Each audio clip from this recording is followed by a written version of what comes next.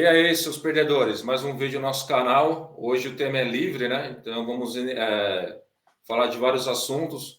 Um dos principais aí sobre o pentecostal e o neopentecostal, CAC também e afins, né?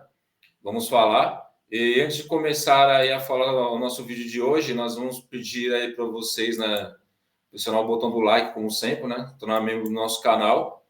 E também agora aí nós também temos disponível também aí o link das nossas redes sociais aí do Instagram, TikTok, temos um canal do WhatsApp também aí começando. Ajuda a fortalecer nosso canal no nosso começo agora, né? Canal pequenininho. Completamos aí 2 meses agora, né? E nós vamos começar a falar do tema. Hoje estamos aí só o pastor, né? O Emanuel, infelizmente o Felipe não pode participar hoje, né? Caso questões familiares, né? E, enfim, alguém quer começar ou posso começar? Pode começar dando uma introdução sobre os conceitos gerais, né? Então, vou dar sobre os conceitos gerais aqui sobre pentecostal e neopentecostal, né? Tentando explicar aqui, dividir o tema em 2 partes, né? Tentando diferenciar um do outro, né? O pentecostal, assim, deixando bem claro, assim, no geral, a gente está falando aqui dos evangélicos, né? No caso, né? Deixar bem claro para vocês. Mas o que é... E depois nós vamos se aprofundar um pouco no tema, né? A respeito.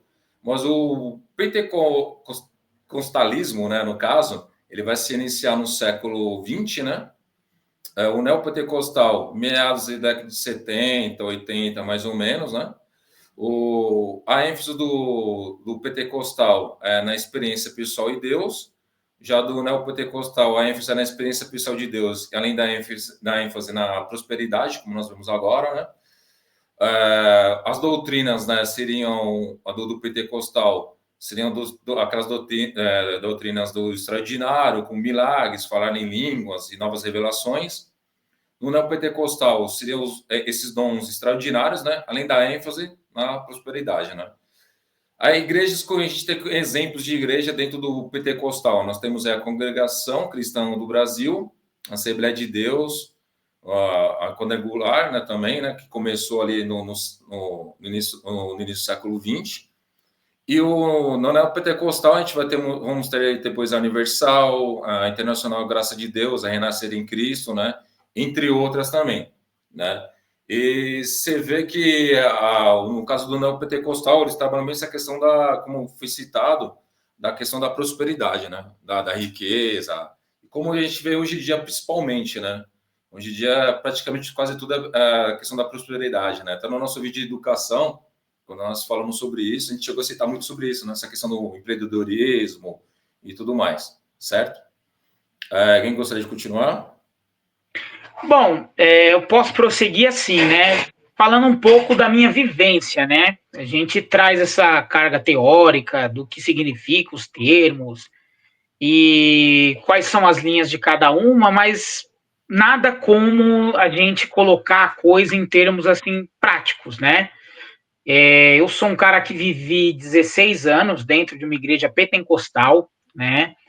Tive aí da minha adolescência até a segunda parte da minha vida adulta, né? Fui sair da igreja, eu entrei com 16 anos, fui sair já com quase 30, né? E assim, conheço a coisa de dentro, né? Conheço a coisa por detrás, né? E assim, o que eu posso dizer sobre pentecostalismo e neopentecostalismo, que hoje em dia no Brasil, né? Eu vivi numa dada denominação, que eu não sei se seria interessante falar aqui, né? Mas que essas coisas hoje já não são mais tão bem definidas, né, no Brasil. O que é neopentecostalismo, o que é pentecostalismo, eu acho que as coisas estão meio imbricadas, né? Você vai ver muito discurso neopentecostal dentro de igrejas tradicionalmente pentecostais, né? Então, se você for pegar aí algumas décadas atrás, né, igrejas mais tradicionais, o discurso ia mais na questão do moral, né, do controle moral da vida do indivíduo. Então, doutrinas, por exemplo, que te cerceiam de estar em certos lugares, que controlam a sua vestimenta, a sua conduta, né, que determinam que mulheres devem cortar ou não o cabelo, determina proibições, né? Determina até um certo linguajar bem específico deles, né? Giravam só em torno disso. Hoje tem isso, e somado a isso, a questão da semeadura, aquela ideia de semeadura, de dar para receber depois, de ser abençoado a partir da obediência, né? Então, essas coisas, assim, ao meu ver, hoje em dia, como alguém que veio de dentro, né? Hoje, para quem for curioso nesse sentido, quem ficar curioso nesse sentido, hoje eu não pertenço mais a nenhum credo, não respondo a mais nenhum sistema de crença, né? Me coloco aí, não como um ateu, mas como um agnóstico, né? Eu não nego que exista alguma coisa transcendente, mas nenhuma doutrina me convence, né? Mas eu conheci a coisa por dentro e na minha vivência, né? Não é muito mais bem definido isso, não, cara. Você tem o que é neopentecostal de fato, que está muito bem marcado, né? E você tem o pentecostalismo também adotando o discurso neopentecostal. Então tá tudo num bolo aí, num bolo, como eu coloquei, né? Numa embolada só. O que você tem a dizer sobre isso, Herbert? Você que também foi um cara que veio de dentro de denominações evangélicas. Mano, eu vou falar da origem, né? A origem do pentecostalismo vem lá dos Estados Unidos, mano, lá da, se eu não me engano, Flórida, a região sul dos Estados Unidos, que eram pessoas de baixa instrução, normalmente ex-escravos, eram pessoas de pele preta. Da onde vem o pentecostalismo? São manifestações extracorpóreas que teve influência do Caribe, vem lá das religiões matrizes africanas também, olha que interessante. Tem influência. Era coisa de preto, olha. Engraçado, era coisa de preto. Então, até dentro lá do próprio Estados Unidos, esse tipo de cristianismo não era aceito, não. Aí, ao longo do tempo, teve até uma... Como é que eu posso fazer? Como é que pode dizer? Se espalhou, vai. E algumas pessoas brancas também adotaram esse modelo de fé. Como é que surgiu no Brasil? Vem lá de 1920. Avivamento, né? Tal do avivamento. É lá da Rua Azusa. Isso. Que eu não sei onde que é. Onde que é a Rua Azusa? Eu não sei. Só sei que nos Estados Unidos. Aí, alguns missionários brancos vieram para o Brasil, adotaram esse modelo de fé cristã e vieram lá para a região norte do Brasil. Aí, lá de Belém, do Pará, veio para a região sudeste do Brasil. É isso. Por que teve bastante adesão aqui no sudeste? Porque essas igrejas eram simples de se entender. As pessoas tinham uma... Como é que as pessoas se identificavam mais com a religião evangélica porque era mais próxima. Exatamente por isso também tinha as manifestações lá da fé lá, essas corpóreas, né? Isso. A Igreja Católica ela se distanciou muito da pessoa pobre, sem instrução, porque as missas eram ministradas em latim e até o sermão do padre ficou muito acadêmico, né? Muito difícil de entender. Então, as pessoas elas foram, ao longo do tempo, se identificando mais com algo mais simples, né? É isso. E também, pelo que eu percebi também, né? Eu estava lendo uma reportagem do Brasil de Fato, eles falam sobre isso, não só sobre o Brasil de Fato, várias. Até depois eu vou colocar um link na descrição sobre algumas reportagens sobre esses fatos, né? Sobre tudo isso que nós estamos falando, no caso, né? Também a igreja, eles também se adaptaram muito fácil na periferia com os negros, porque eles fizeram aquele serviço que o Estado não faz e que a Igreja Católica fazia, né? Que é o quê? Da assistência, né? Assistência social. Não Até só hoje tem a assistência questão social. do dinheiro, mas a questão que é muito o quê? É um refúgio do medo, ela acolhe, ela cuida, né? Ela explica a vida da pessoa também, né? Ela faz com que a pessoa aceite. Imagina nós, né? Vou dar um exemplo, quando eu resolvi a Ítalo Ranch falando, né? Que para viver no Brasil é um ato de fé. Porque tudo que nós passamos, né? Você viver de cara limpa vai ser muito complicado. Eu falo assim por mim, né, pelo fato, acho que dos dois aí, né? De nós três, quer dizer, no caso, se declara como ateu, né? No caso, eu falo que em certos momentos é difícil se encarar algumas coisas aqui no Brasil sem ter fé, né? Talvez você não tenha perspectiva de nada. principalmente tudo que nós estamos passando atualmente, você olha assim bem para a sociedade e você fala, o que, que isso explica, né? Por que, que as pessoas fazem isso? Até quando a gente for falar de CAC e outras coisas aqui, a gente vai perceber bem isso, né? E a igreja ela explica isso, né? Ela acolhe. Imagina um momento de desalento, você vê muito na periferia, principalmente aquela mulher que tem seus filhos, está desempregada, que o marido abandonou, enfim, né? Ou a pessoa que está desempregada, não tem cesta básica, enfim. Eu vi casos aí até que pessoas falaram, consegui sobreviver enquanto estava desempregado porque a igreja estava me dando, só não passei fome, porque a igreja estava me dando cesta básica, né? E aí você fica como? Então, esse trabalho que a sociedade que deveria fazer, o governo deveria fazer, quem faz é a igreja, né? Então, é por isso que ela está chegando nesse local, né? Tem muito disso também. E vai tem várias questões sociais. Na questão social, ela faz um trabalho que a gente pode dizer que é um bom trabalho, fala que não é mentira. É que o Brasil é um país que tem várias questões sociais postas, né? E aí você não tem resolução disso. Você tem a tendência ao agravamento.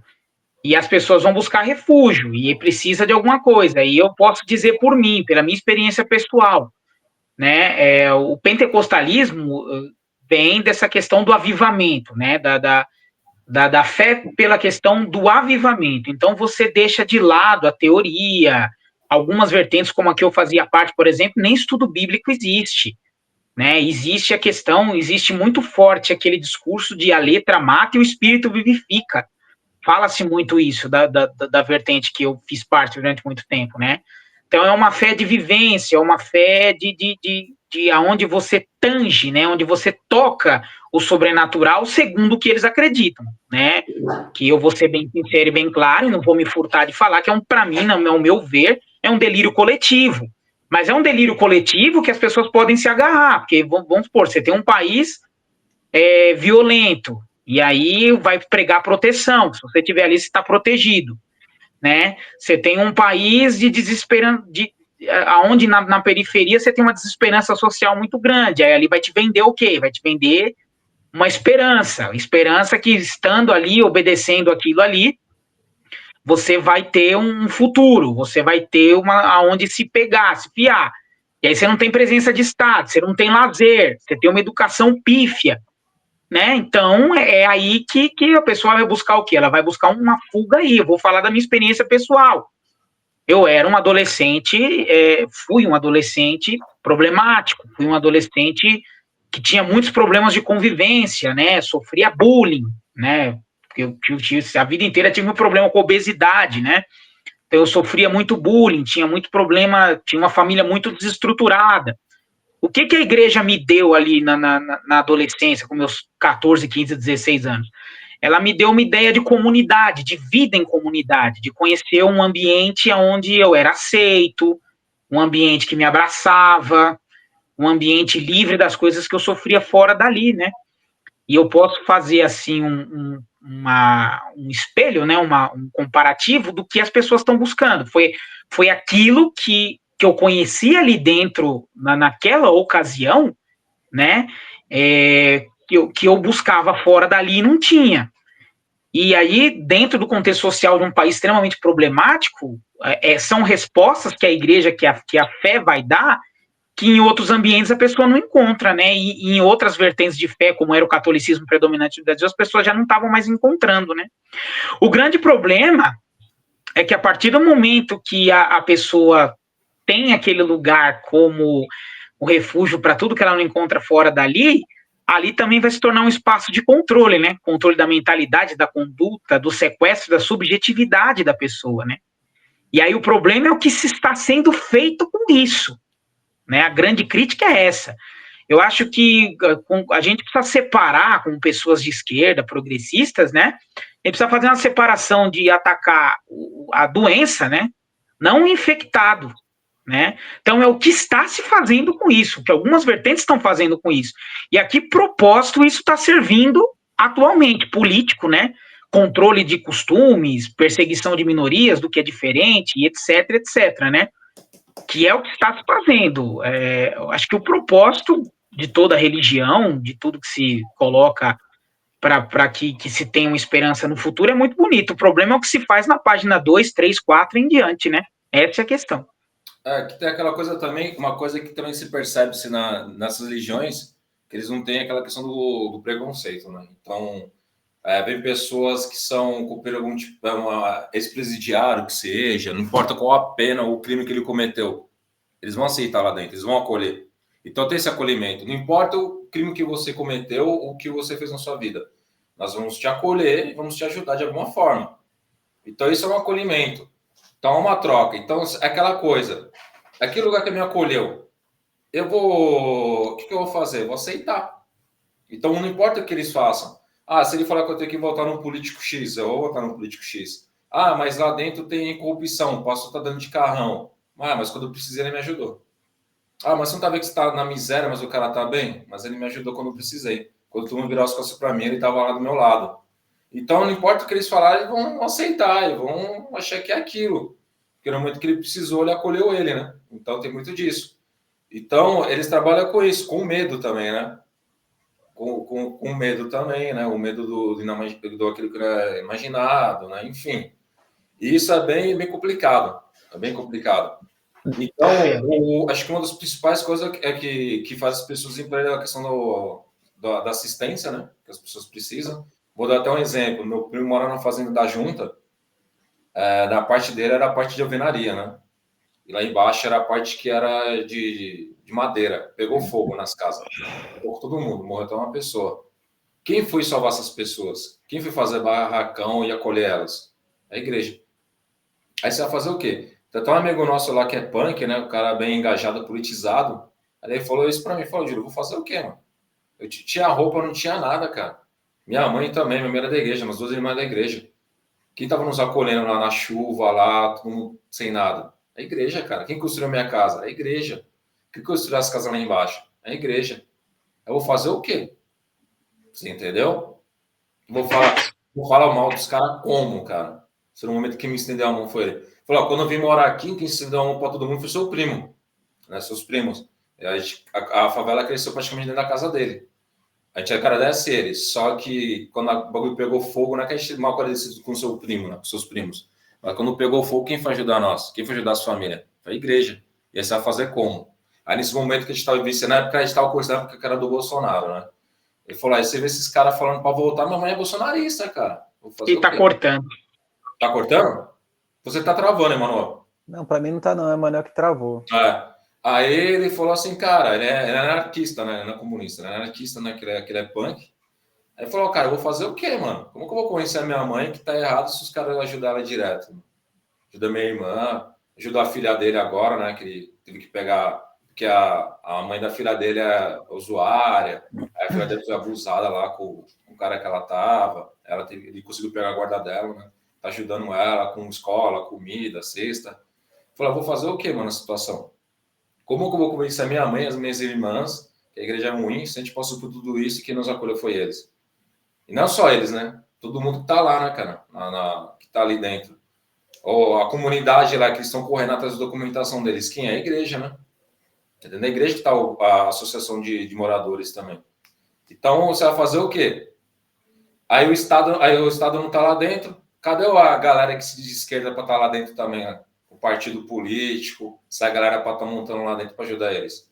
A gente sabe que tem uns casos, quando na época o Boulos era legal, né? A gente sabe que ele ajudou bastante. No Conquista, quando foi ter uma reintegração de posse, os caras ligou pro Suplicy e pro Boulos, eles foram lá. Na época o Boulos não estava nem muito envolvido com essa questão partidária, né? Faz uns anos já isso.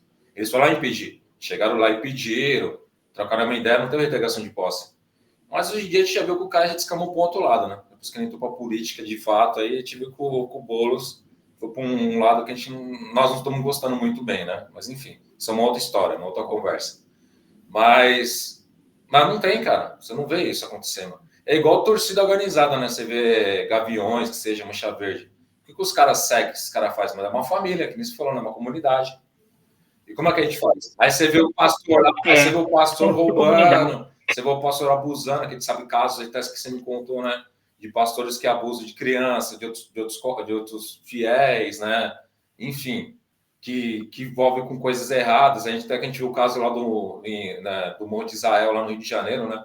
Os caras envolvidos com o tráfico, expulsou as religiões de matriz africana, até católicas também de lá, e a população aceita, né? Aceita de certo modo, no caso, né? É obrigado a aceitar por causa da violência também, né? E aquela comunidade surgiu ali, surgiu dentro pelo que eu sei da história, né? Surgiu dentro de uma penitenciária, e a maioria deles eram estupradores, né? Aquela galera ali. Quando eles voltam para a comunidade, ali para a favela, com essa religião ali, para expulsar eles é dessa vertente, né? E como que você explica isso? É desse modo, né? A questão da carência, né? E o que acontece? Aí eles começam a atacar a esquerda, né? Porque eles vão falar que aquele ideal que a esquerda é antifamília, que a esquerda é anti-religião, que a esquerda é anti-isso, eles acabam fugindo para o lado da direita, vão voltar nesses caras igual o Bolsonaro, que fala de matar, de roubar, de que bandido bom, bandido morto, né? Você vai fazer o quê? Aí você fala pro cara, o pastor me ajudou quando eu precisava. Se ele falou para votar nesse cara, eu vou votar, mano. Fazer o quê? Vou dar um exemplo. A minha família. Uma vez eu estava conversando com um parente, estava voltando na casa do meu filho na cidade de Tiradentes. Ela falou, absurdo. Ela falou assim para mim, sabia que na Globo vai ter um programa infantil que a apresentadora é trans? Eu falei, o que tem? Mas isso aí para convencer nossos filhos a ser igual, virar trans também. Eu falei, pô, é um absurdo que você está falando. Não tem como se ensinar uma pessoa, né, a ser trans. E eu falei outra. Você não é obrigado a ensinar, deixar... Na época, né, a filha dela era pequena. Eu falei, você não é obrigado a deixar sua filha assistir o programa. Só mudar de canal. Você não é obrigado a deixar ela assistir. Não deixa ela assistir. Muda de canal, você não é obrigado. A emissora faz dentro dela ali o que ela quiser. Se ela quiser assistir ou não. Isso não tem nada a ver. Entendeu? Não tem nada a ver. Essa é a realidade. Mas a gente sabe que naquela época, eu não tinha percebido, era o pessoal já malhando um pouco. Lógico que a gente sabe que a Globo é um lixo, né? Mas enfim. Mas esses caras já estavam meio que malhando a Globo ali desde aquela época, né? Os evangélicos, por causa da Record e de outras igrejas aí que não falam lá dentro, né? Por que você acha que a Globo agora está fazendo personagem novela que é evangélico, filme, série? Por quê? Já para chamar esse público, né? Os caras capitalistas, né? Tem que analisar isso aí também. Mas é algo bem complexo isso daí, para você combater dentro da comunidade. Né? Cadê os partidos políticos lá dentro, né? Cadê esse povo que é de esquerda aí, que gosta de falar lá dentro também para ajudar essa galera quando precisa? Cadê? Não tem. Queremos ter exemplo do Boulos. Antigamente, quando ele estava lá dentro do movimento, ele estava correndo lá dentro com o pessoal. Depois eles se afastam. Entendeu?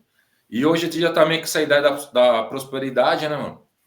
Essa ideia de ficar também de humildade não tá colando mais com ele. O pessoal agora, todo mundo quer ficar rico, né? Isso que o pessoal tá vendo dentro da igreja. Né? Eu vejo isso aqui na minha rua. O cara montou uma igrejinha pequena aqui na garagem. Eu vi isso, presenciei isso. Escutei aqui da porta de casa o cara vendendo esse tipo de coisa. Né? Então, você fica como? Esse é algo bem complexo hoje em dia, né? É muito complexo. E como combater? Não é. Eu li um livro, né? Foi daquele. Um congressista, aquele cara que participou da marcha, né, nos Estados Unidos. John Lewis, acho que é John Lewis. Estava lendo um livro dele. Ele falou que quando era garoto, ele era uma igreja lá presbiteriana, né? Aí ele viu o pastor lá com um carrão e todo mundo mais pobre, né, sem carro andando. Ele não entendia muito bem, garoto, né? Ele estava chegando na adolescência. Aí no rádio ele ouviu o Martin Luther King falando. Ele falou, porra, mano, isso é um passo de verdade. Aí ele começou a seguir o Martin Luther King. Aí ele começou a ouvir o Martin Luther King falando, falou, isso aí que é realmente o que eu queria ouvir, né? Aí quando ele quis entrar na universidade, que ele foi procurar o Martin Luther King.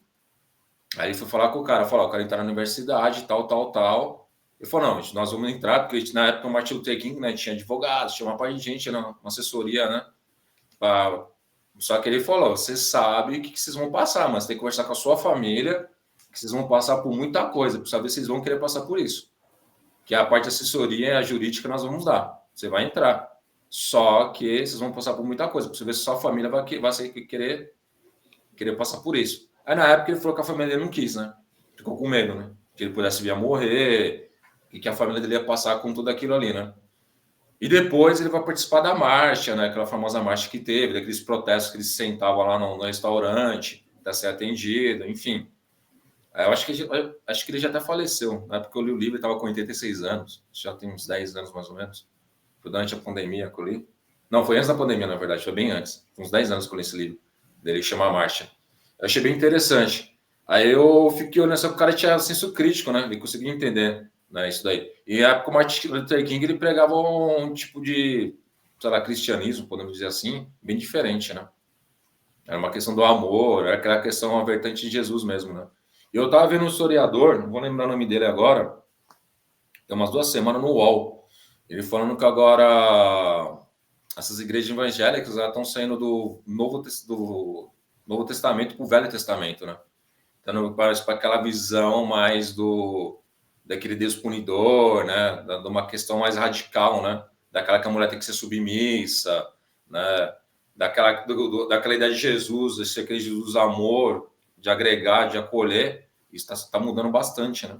Ainda toa que eles estão perseguindo religião de matriz africana, GLBTQIAP+, né? Que a gente já sabe muito bem, a famosa cura gay, né? Que a gente vê muito em voga atualmente. Enfim, todas essas questões aí que é bem complicado, né? Everton? Então, Esquerda, tem que falar bastante coisa, mano. Por isso que eu tô parando para pensar. Tem muita coisa, bicho, ó.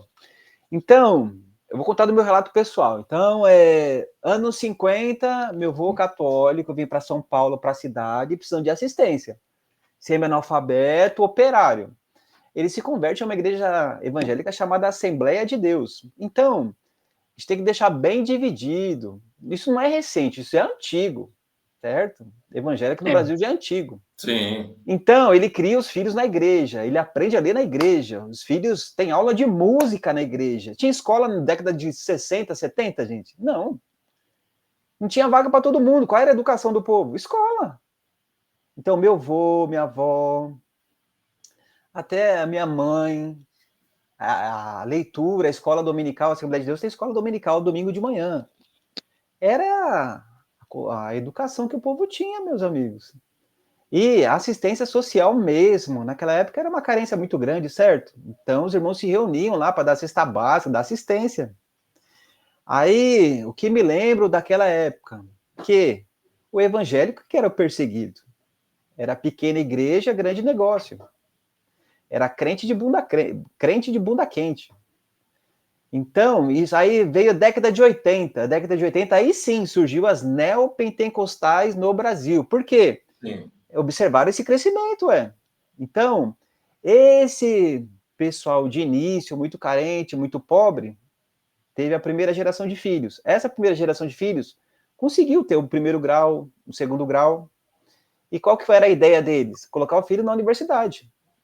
Aí surgiu essas igrejas neopentecostais. Qual é o próximo passo? Ascender socialmente.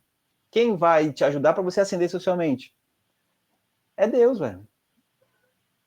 Então, esse já essa segunda etapa, que vem da década de 80 até hoje, que se distancia lá dos primeiros evangélicos, que eram realmente, gente, muito honestos, viu? Essa ideia de que tinha um pastor que enriquecia, poderia ter, mas eles eram separados da igreja, eles eram denunciados e discriminados e não participavam mais, não. Pelo que eu me lembro, né? Tanto é que as pessoas diziam com orgulho ainda, não, se eram parados pelo policial, diziam, não, eu sou crente. Por quê? Porque era sinônimo de pessoa honesta. É sinônimo de virtude, né? Era questão de virtude, porque era pessoa, realmente, era pessoa honesta mesmo, evangélico. Não bebia, não fumava, não tinha, sei lá, não se envolvia com coisa errada, certo? Até quem era separado, era discriminado dentro da igreja, porque era uma disciplina muito rígida. Como o Emanuel disse lá no começo, as mulheres eram disciplinadas se cortassem cabelo. O que significava? Que a pessoa era... como é que eu posso dizer? Repreendida. Se ela cortasse cabelo, a mulher, certo? A mulher tinha que ter uma vestimenta, era saia. O homem não podia usar bermuda. Era aquele... Parece as bruxas de Salem. Era uma comunidade que era muito rígido. Esse exemplo que mais? Aí... Quem mais? Não sei, preciso só falar mais. Ah, tá, mas tem uma porém também que a gente tem que lembrar o seguinte, sabe que também rolava muito preconceito? Porque a gente veio da época de uma ditadura, né? Lembra? Da ditadura tudo era proibido. Aí você encontra uma igreja e que tudo é proibido, aí acaba a ditadura na década de 80. Você vai bater com uma religião que ela é controladora. Ninguém queria mais ser controlado. E a religião mudou. A religião ela teve uma abertura maior agora. Preconceito com o evangélico, né, cara? Que eu lembro muito bem, até quando eu era garoto, a gente curtia, bebia, saía. Aí tinha aquele cara na sua sala que a gente falava que era mais caretão, que tava na dele. Não saía, você fala, ih, mas você é mó chato. Aí, mas teve abertura. Aí depois teve abertura. Década de 90, teve uma abertura maior. Não, foi mais para 90 para essas neopentecostais já é uma igreja com mais abertura. Você vai lá, eu fui da Renascer também, né, na época da faculdade, né? Gente, não sou pastor, tá? Meu apelido é pastor, mas eu não sou pastor. Mas na época da faculdade eu era da Renascer. A igreja da Renascer é uma igreja excelente, gente. Excelente. Só que o que eles pregam? Que se você... não posso... vou falar, vai. Se você provar que você é uma pessoa que tem fé, Deus vai te honrar. Esse é o princípio. Qual seria a honra? É aquilo que... Deus vai fazer aquilo que você quer. É isso. Então, mas a fé das pessoas é essa mesma.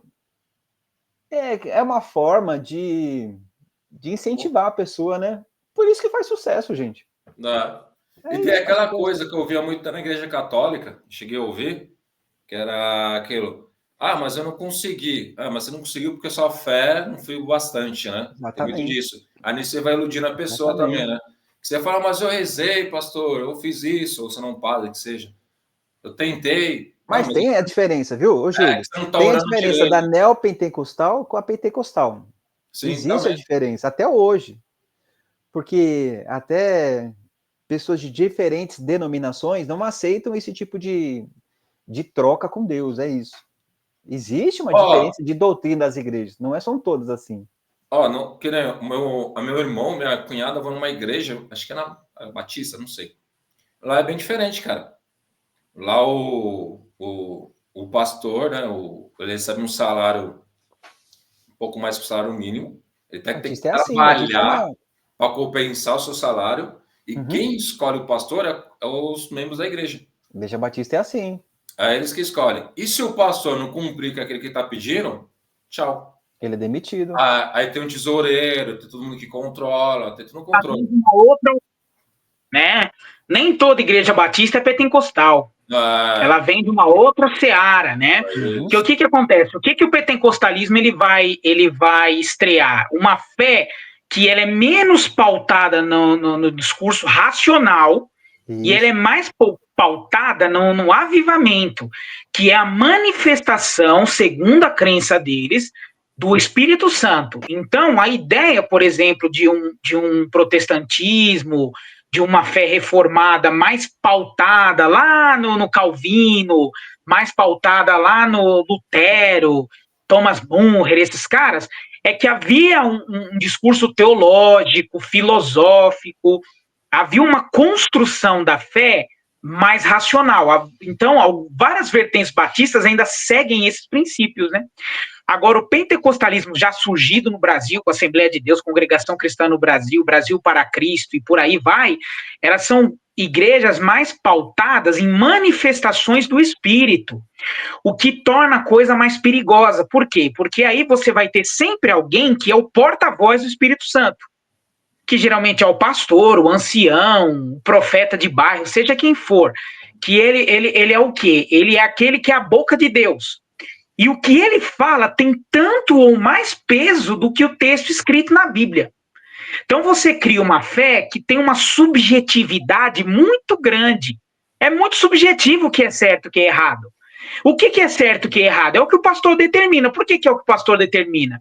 Porque ele fala pelo Espírito Santo. É o Espírito Santo que fala pela boca dele. Você vai blasfemar contra o Espírito Santo? Você vai questionar o Espírito Santo? Você não questiona. Não se questiona. A ideia é essa. A ideia é porque aquele homem está falando, é Deus falando na boca dele, né? Na vertente que eu fazia parte, o pessoal batia no peito e falava, eu creio no que sai da boca do comedor de arroz e feijão, né? A letra mata e o espírito vivifica. Quer dizer, o que é esse a letra mata? A letra é a filosofia, é o estudo, é a racionalidade dos atos de fé. Isso mata o crente. O que vive o crente é o falar em línguas, é a profecia, é a cura de doença. Então, o pentecostalismo, a crítica que eu faço, que eu sou muito contundente, é que é uma fé à la carte, né? É à la carte, ela é uma fé que ela nunca vai estar errada.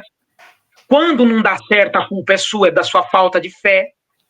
E ela é um prato cheio para o controle da subjetividade do indivíduo. Porque você imagina o poder depositado em alguém que fala em nome de Deus. Você imagina. Quando você tem, por exemplo, uma religiosidade pautada num embasamento filosófico, você tem lá uma presbiteriana, você tem uma igreja mais tradicional, até o catolicismo raiz, tal. Então você segue lá uma cartilha pautada em toda uma discussão construída a partir da racionalidade, do texto bíblico, seja do que for. Quando você tem o pentecostalismo, é uma fé à la carte, é o que o Espírito Santo mandou. O Espírito Santo mandou você votar no Jair. O Jair é um homem de Deus perseguido. O Espírito Santo me revelou que a Globo é o demônio. E aí? Ferrou, como é que você vai tirar isso da cabeça da pessoa? Foi Deus que falou. Entendeu? Então o pentecostalismo ele tá pautado nisso. E o neopentecostalismo é isso com mais a ideia da teologia da prosperidade. Entendeu? Porque não que a teologia da prosperidade não existe no pentecostalismo, que existe também. Existe a questão da recompensa, o bom crente consegue de Deus aquilo. O que é ser o bom crente? É fazer tudo que o pastor mandar. Entendeu? Mas o bom crente vai ser abençoado, você é abençoado. Isso existe no pentecostalismo raiz também. Mas no neopentecostalismo, isso vai ser elevado à enésima potência, porque vai virar um mecanismo de troca, de comprar Deus. Você compra, literalmente, o favor de Deus. Você compra o favor de Deus, né? E aí, aquele que fala em nome de Deus, que é a boca de Deus, que o Espírito Santo está nele, que usa dele, a verdade dele é absoluta. E ele mandou você dar 1.000, ele mandou você dar 2.000, ele mandou você dar a chave do seu carro, e por aí vai. E por que o pentecostalismo, o neopentecostalismo, tende a fechar com o fascismo e com a extrema-direita? Porque o fascismo e a extrema-direita oferece o que eles querem. Entendeu? Oferece controle de costume, oferece tradicionalismo, e não vai encher o saco no que eles querem. Não, vocês vão poder fazer o que vocês quiserem sem questionamento nenhum. Opa, então é a fome com a vontade de comer. A ideia é um pouco essa. Então, para além de a gente refletir o porquê que teve tanta adesão, né, a lacuna social que o Estado deixa, a penetração do discurso, né, o alcance da igreja onde o Estado não alcança, aonde há carência de tudo, né, aí a gente tem que falar também do que isso se serviu, porque essa questão foi tomando a periferia, né, tomando os mais pobres, os mais desalentados, e depois de tomar, foi tomado por um projeto de poder. E a origem, a raiz desse projeto de poder é essa, né? É uma fé subjetiva. O pentecostalismo vai te oferecer isso. Não tem um apego a um texto, não tem um apego a uma diretriz filosófica, não tem. É o que foi revelado. Agora, você imagina eu tenho uma credibilidade na comunidade. Tudo que eu falo é Deus que falou. Como é que você vai me questionar? A ideia é essa. E tem também uma questão... Sei se o Everton concorda comigo aí, que ele teve nesse meio, né? Não, concordo, mano, eles usam até a Bíblia, né? Mas só que você vê que a Bíblia em si não, é meio complicado, né? A forma como eles usam, né? A Bíblia parece mais...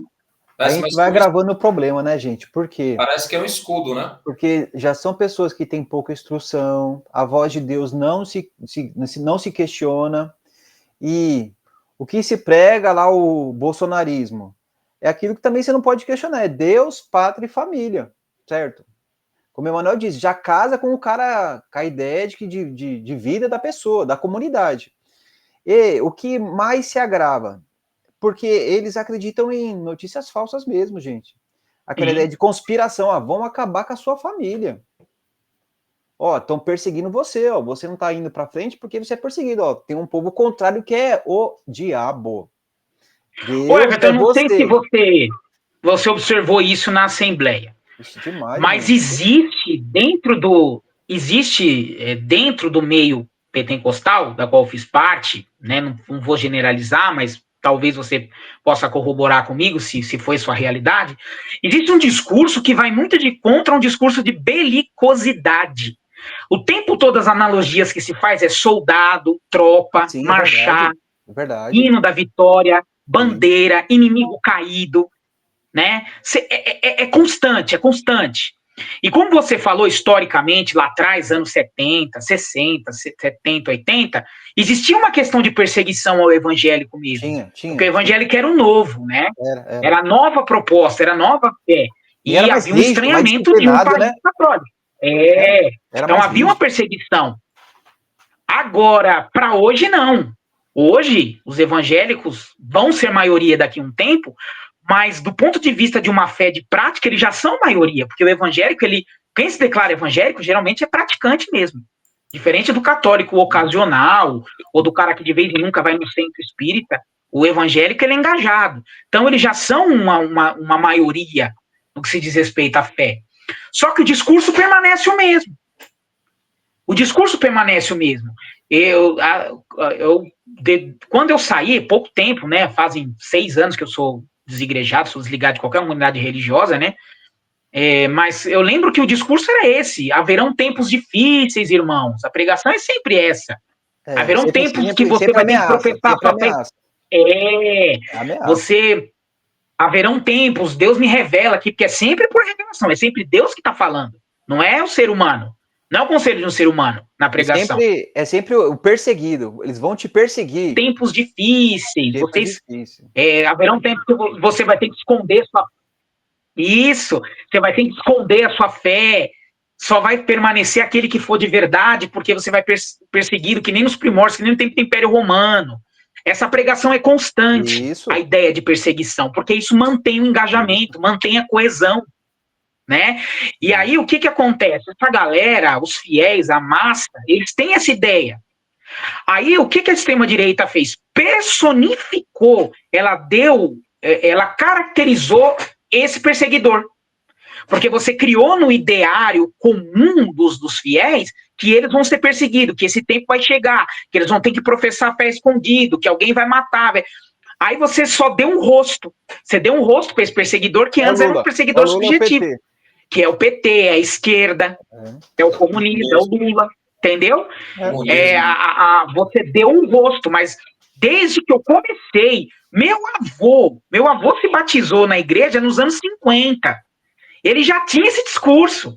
Uma hora nós vamos ser perseguidos, uma hora vão matar a gente, uma hora a nossa fé, a gente vai ter que praticar ela trancafiado, porque senão...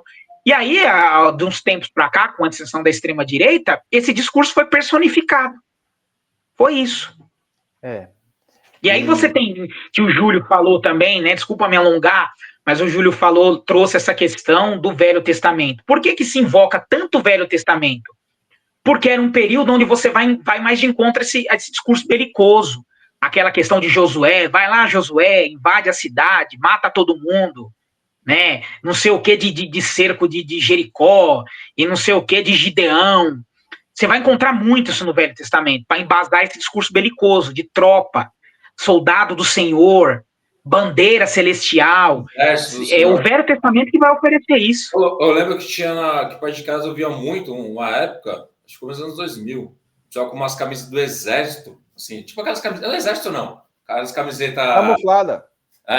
Aí escrito Exército do Senhor. Aí eu ficava olhando e falei, vixe, que negócio complicado. E a coisa é mais grave, que minha família passou por tudo isso daí. Aí, por que eu falo que é de gente, aliás, que é de pouca instrução, mas na verdade também não é muito gente de pouca instrução, não, gente. Não, tem muita gente instruída. Na época da eleição, minha irmã colocou lá que votaria no Lula, isso em 2000 e... Ai, meu Deus, não me lembro. Quando o Lula se candidatou aí. 22? 22. Acho que foi no 22. 22. Foi 22. Aí o Júlio conheceu minha irmã, né? Ela colocou a foto do Lula lá e... Amigo de infância, conhecia ela desde criança, atacou ela, disse que ela estava endemoniada. É um fanatismo muito grande, viu? Não, acredito. Passou. E fora isso, fora os fake news.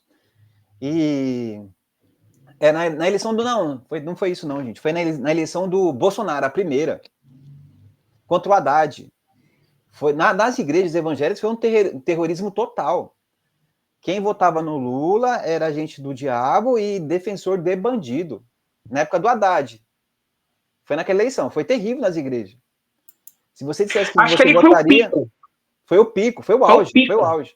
Ia lá, eu estava saindo da igreja nessa época, foi o pico. Então, foi o pico, porque aí era muita fake news e as pessoas, como eu disse, a fake news ela só tem estímulo porque a pessoa já tem um preconceito anterior. Então ela quer acreditar naquilo, mas mesmo ela sabendo que é uma mentira.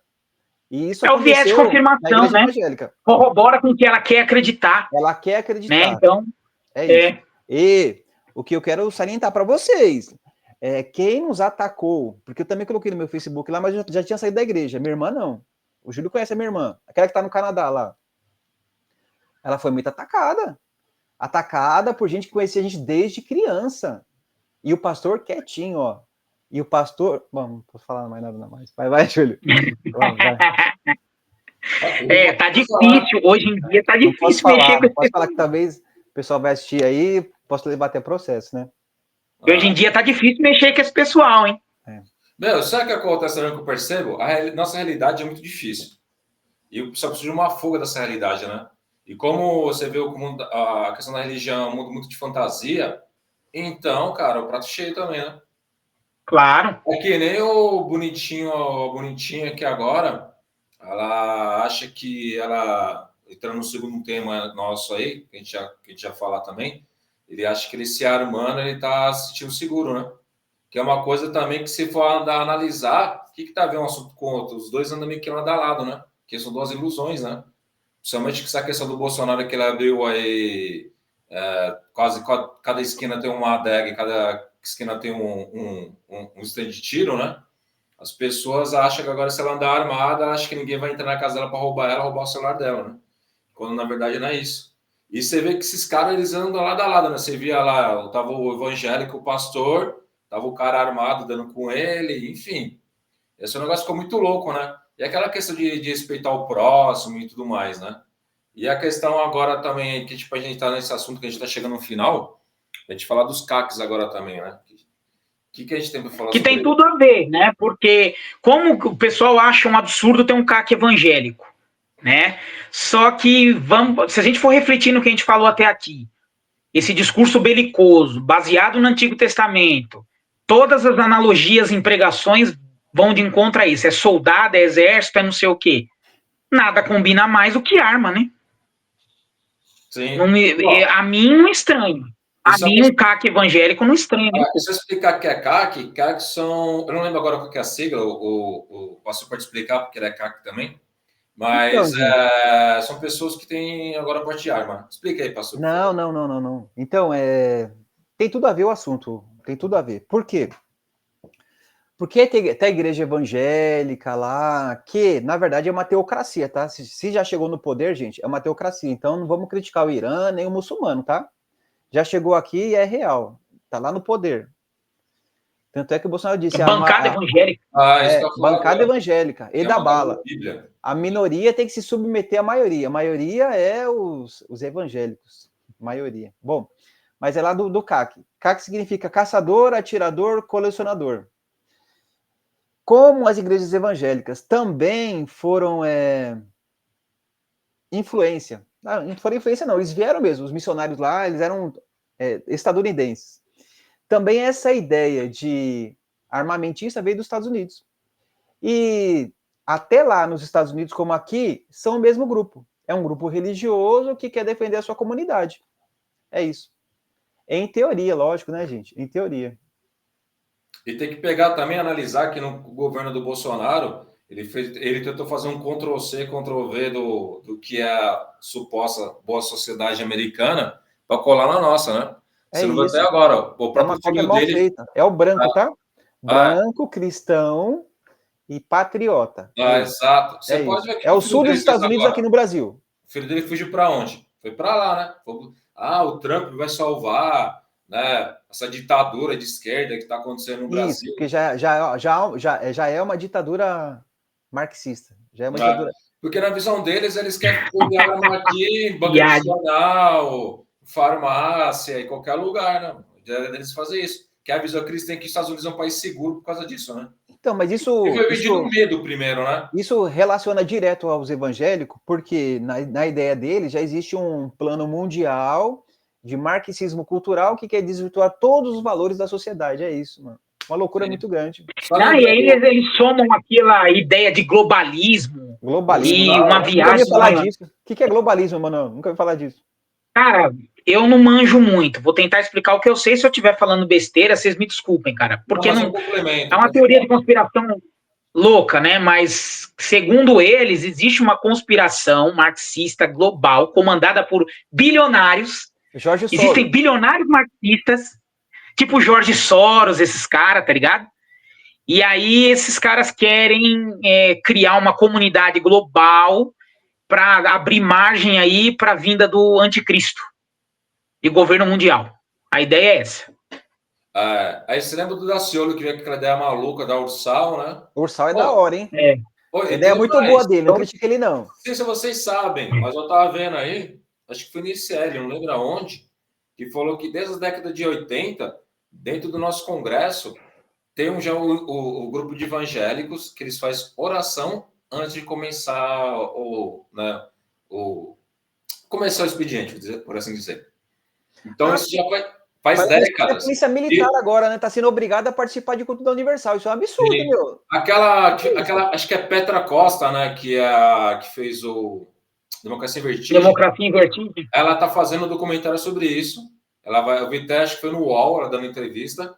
Acho que ela tá passando. Aqui no Brasil sempre faz isso, né? Com filme, com documentário. Primeiro eles vão exibir nos festivais lá fora, para depois trazer para nós, né? Mas ela tá para lançar, acho que esse ano ainda, um documentário falando sobre isso, sobre essa questão dos evangélicos. Dentro do nosso congresso, tem até um frame que eles mostram lá no. Depois eu vou até pôr no link aí, essa reportagem dela falando. Depois eu vou pôr no link da descrição, né? Dela mostrando o Cabo Daciolo, né? O Cabo Daciolo é o pastor, né? Enfim, dele com várias pessoas, deputados, de mão dada, fazendo oração lá dentro, né? Enfim, mas é um negócio muito louco. Mas aí o que acontece? Qual que é o perigo da pessoa ter uma arma hoje em dia? Vou pegar um exemplo. Tinha um vizinho aqui que ele, na mentalidade dele, ele falou que se ele tivesse uma arma dentro de casa, ninguém invadia a casa dele para roubar. Essa era a visão dele, certo? Eu falei, meu amigo, tinha um colega meu de escola que ele tá preso por causa que ele tentou roubar uma arma matou uma GCM numa escola aqui próxima, roubou a arma dela, matou ela, e tomou um tiro do colega dela e foi preso. Porque ele não respeitou uma GCM que foi treinada, né? Uma policial. Imagine você, que é um Zé Ruela qualquer. Você acha que o cara não vai querer fazer isso? Ele já vai entrar tirando, até você pegar a arma, já foi, amiguinho. Acabou. Ou caso de violência, como aconteceu aqui perto de casa, né? Que numa adega aqui, ou uma discussão, né? Que segundo até você na reportagem, o pessoal da adega não quis mais vender bebida para essa pessoa, ela foi até a casa, ela pegou uma arma, ela era CAC, né? E foi até lá, discutiu com o cliente e matou esse cliente, né? A tiros, lógico que é a tiros, né? Sem sombra de dúvida, feriu mais pessoas, né? E tá preso agora. Tinha porte, não era as pessoas muitas vezes, eu vi até alguns comentários, eu vi até quando colocou essa reportagem no Metrópolis, eu vi até pessoas comentando embaixo, falando, mas ninguém fala das armas que são medidas ilegalmente, né? Falei, mas isso aí já é uma lógica. Complicado não sei, isso aumentou o mercado mais ainda, né? Com essas armas agora que são supostamente ilegais, né? E o pastor aí tem experiência que ele me contou, que os estandes que ele vai, a visão dos caras é uma visão totalmente de extrema-direita, né? Então, o pastor Bico, ele colocando como sendo CAC de esquerda, mas a visão dos caras é uma visão totalmente direita, extrema-direita, né? Se virou nosso vídeo já está quase acabando, eu acho que não vai dar tempo de explicar. A gente pode fazer outro dia, né? Mas o que eu queria... Vou deixar o gancho para o próximo vídeo. Talvez no próximo vídeo eu explique. Vocês têm alguma pergunta para eu falar alguma coisa? Eu acabei de citar agora, para você continuar o que eu falei sobre essa questão da visão dessas pessoas dentro dos estandes de tiro. Sim. Quais são? Então qual que é o extrema-direita, mas a questão é, pessoal, sempre existiu. O que vocês não sabem, vocês não sabem que sempre existiu clube de tiro, sempre existiu. Só foi dado visibilidade agora. Sempre existiu, meu amigo, esse grupo. Agora, a esquerda também não fala que esse tipo de pessoa. Não fala. Então, por isso que eu pedi para a gente falar sobre isso hoje. Porque tem que falar, gente. Não é estigmatizar, ridicularizar. Não, você tem que conversar com a pessoa. Tem lá o imbecil, tem lá o extrema-direita, o preconceituoso? Tem. Mas tem a pessoa comum, igual a mim. Sempre teve também, meus amigos. Meu instrutor lá do clube de tiro, formado em história. O professor dele foi o cara da... Putz, como é que chama, mano? Aquele punk famoso, dava aula na USP. O Mal. O professor dele foi o Mal, mano. E o cara é instrutor de tiro. Uma pessoa maravilhosa, pacífica. Mas aí tem que ver por que essa pessoa foi procurar isso. Por que a pessoa vai procurar um stand de tiro? Isso que a gente tem que analisar. Quais são o perfil das pessoas, entendeu? É como você vai conversar com essas pessoas? Qual é o problema? Então vamos proibir a capoeira. Vamos proibir o jiu-jitsu. Jiu-jitsu não mata pessoas? Jiu-jitsu não mata pessoas? Capoeira não faz arruaça na República? Oi? Capoeira não faz arruaça na República? Como assim? Eu quero dizer o quê? Que a capoeira foi proibido porque era considerado algo violento. Não, na verdade é porque tinha conotação com o negro, né? Com afrodescendente. Exatamente. Não era porque era violento. Eles disseram que era violento. Lembra da lambada que falava que era dança proibida porque era muito sexual? Mas não era porque que era? Com o negro. A gente sabe que a capoeira ela foi proibida, que tinha conotação com quem? Com o negro. Entendeu?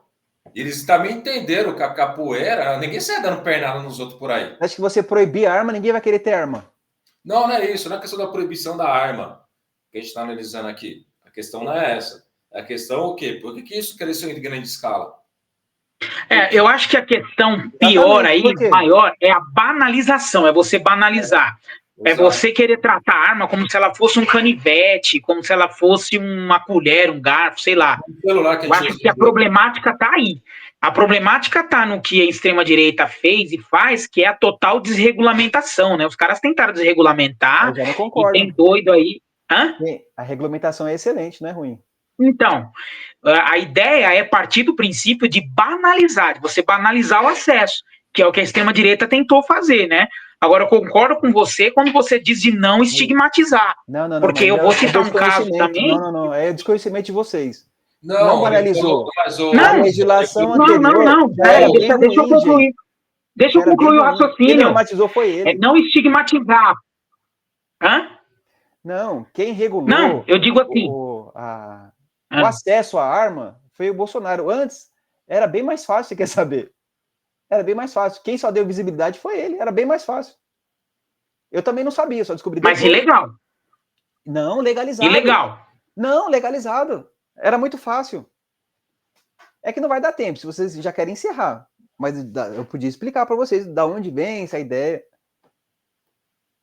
Vamos deixar a pauta para um próximo vídeo, então, que a gente faz uma discussão mais completa, né? É, melhor. Eu acho que não vai dar tempo. Então vamos encerrando por aqui? Já deu o quê? 1 hora?